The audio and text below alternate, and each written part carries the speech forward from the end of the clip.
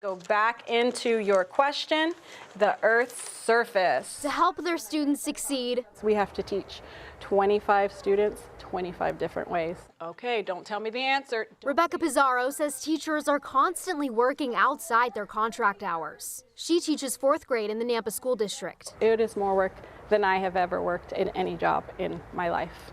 To prevent teacher burnout, the district moved to a 4-day school week this year. The Emmett School District did too, where 3rd grade teacher Lindsay Adams works. I love teaching. It's really allowed me to spread out my time and manage my time better, and I honestly think it's probably made me a better teacher. 5th or kindergarten 1st.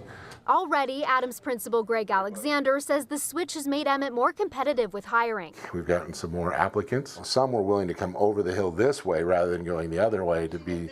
Sometimes they get paid more in the bigger districts. Well, in front of you, you have a bunch of little squares. But teachers say there are drawbacks. Adams worries about fitting all the curriculum into a shorter week. We've worked really diligently on trying to look at pacing guides and making sure that everything that we need to have for our standards are being hit. Pizarro worries about longer days for students. Kids really tend to be done by a certain time in the day.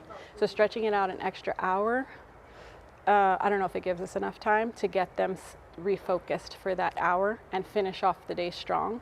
American Falls teacher Paula Nelson says it's a tough balance. She's been working a 4-day week for several years. We cannot fool ourselves by saying the learning is the same. You have to definitely choose and focus a little more than you did if you had the extra day.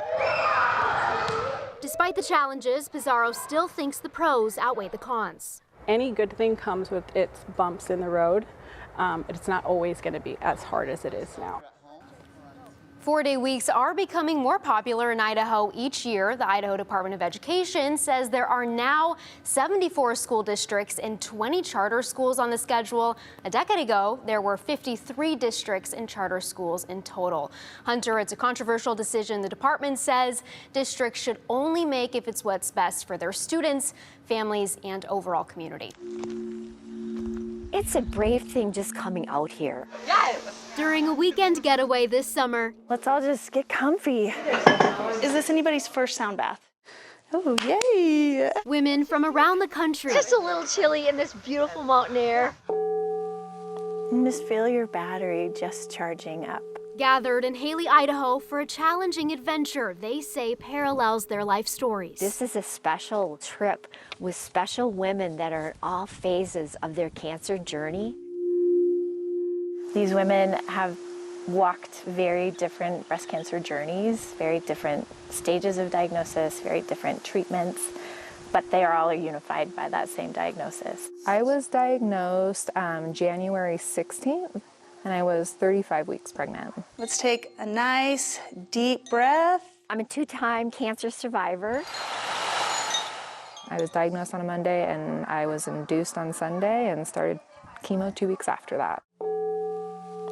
For my parents, I'm like, they both died of cancer and I just wish they could have had something like this. This is Expedition Inspiration. I really do believe there's healing that is involved when you're in a place like this. An Idaho nonprofit connecting breast cancer survivors. Cancer should not define us. Climbing mountains for a cure. Once you have a plan and you start working the plan, your mind shifts from self-pity to like, okay, I'm going after this, kind of like climbing a mountain, just one step at a time. So step by step. I feel like really inspired by all the stories that I've heard this last weekend. Story by story. Although cancer is our shared experience, just building that support and that network has been amazing. These courageous women will climb another mountain. Tomorrow is just going to be so rad. Together. Let's all collectively have one big inhale together. I think we'll be celebrating every single step that these ladies take. And a nice long exhale.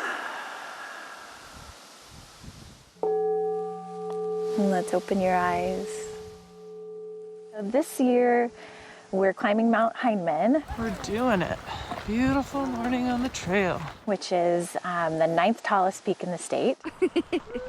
Climbing a mountain. I know. It's a big, scary thing. And so I think it, for a lot of them, parallels their breast cancer journey. We're a quarter mile in. How do you feel? Fantastic! Expedition Inspiration encourages the survivors to raise money for cancer research. 2.5 miles. Woohoo! They brought in more than $21,000. How you feeling? Feeling good. So they've been raising funds from their families, their coworkers. You're raising money to find a cure. You're raising money to find new treatments.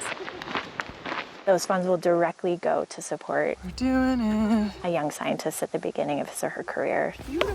Cancer has made me a better person. So I think we're at 9,000 feet right now. I think That's about right. Cancer is about living. How we doing? I really try to let people know that. I just feel like it is the adventure of a lifetime for me. I've never gotten this far. 1 year ago, I was doing IV chemo.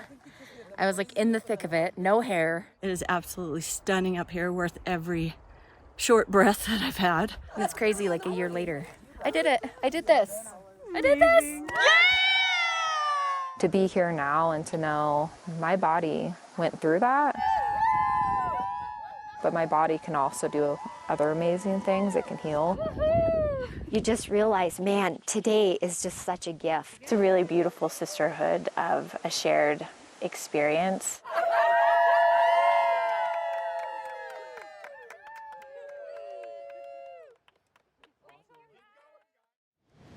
It's what takes care of us. It's what sustains us. The South Fork of the Salmon River, the ancestral homelands of the Nez Perce people.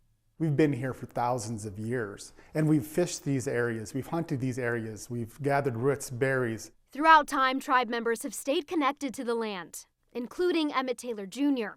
My family, and there's many Nez Perce families, come down on an annual basis. We come down for a week to come down to fish, to be a part of the land. But they're worried a proposed mining operation would further devastate the landscape scarred by historic mining.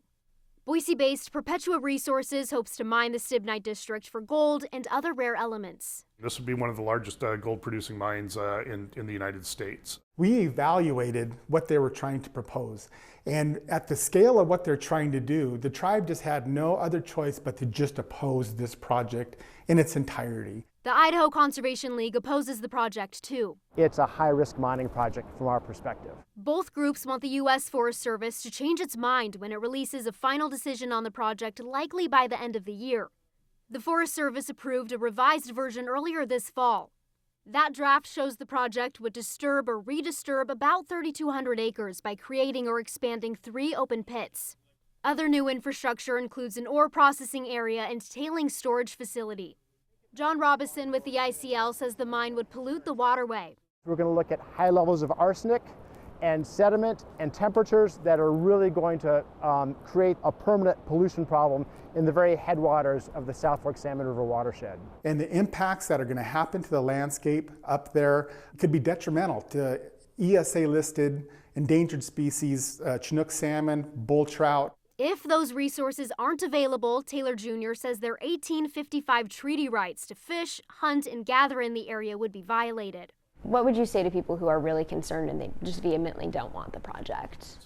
We all use in our society, we all use and need these metals and minerals every single day of our lives, so they have to be produced somewhere. The key is that they need to be mined in a responsible way. The plan has several phases, including 3 years of construction and 15 years of mining and ore processing. Perpetua CEO John Cherry says they'd reroute the East Fork of the Salmon River through a mile-long tunnel. The purpose is to keep clean water clean and reestablish fish passage past the Yellow Pine Pit where they can't currently get past right now. The tribe and ICL aren't convinced, claiming the engineering for the passage is too new and that the liners for tailings and mine waste will eventually fail. Mining waste doesn't stay on site. It tends to move downstream. And even the best efforts to date to capture that have failed. Cherry says Perpetua's plan is different. We have worked our hardest to create a design and go through the various regulatory approval processes that at the end of the day will result in a better situation than is there today. He says they're also dedicated to restoring the area so heavily impacted by decades of previous mining. We've already spent $17 million cleaning up the site before we've even started building our operation. And we're going to spend millions and millions of dollars more cleaning up stuff that hasn't been remediated at this point. From the experience, as they come, they get what they're going to get, and then they're going to be gone. They're not going to be here. The Nez Perce people are going to be here. We've already kind of put our money where our mouth is. So I think that should help people understand our commitment to doing this and doing it right.